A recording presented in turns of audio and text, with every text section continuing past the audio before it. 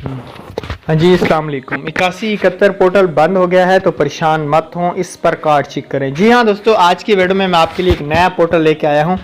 इस पोर्टल का ये फायदा है कि 8171 पोर्टल पे तो आपको जांच पड़ताल बताया जाता था कि आपकी अहलियत की जांच पड़ताल जारी है, लेकिन इस वेब पोर्टल के ऊपर अब आपको पीएमटी स्कोर भी बताया जाएगा, साथ के आपका स्कोर कितना है। सारी बात होती है स्कोर की। अगर आपका स्कोर 32 से कम है या 32 है तो भाई आप बेनज़ीर इनकम सपोर्ट प्रोग्राम में शामिल हैं, आपको पैसे मिलेंगे।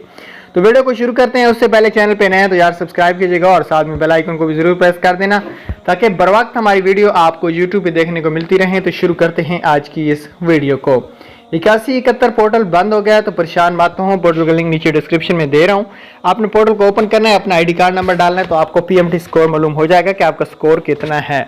उसके अलावा अगर आप लोग घर बैठे पैसे कमाना चाहते हो तो वीडियो का लिंक नीचे दे रहा हूँ, जाके वीडियो देख लेना ताकि आपको हर अपडेट्स टाइम पे टाइम मिलती रहे। तो थैंक्स फॉर वॉचिंग।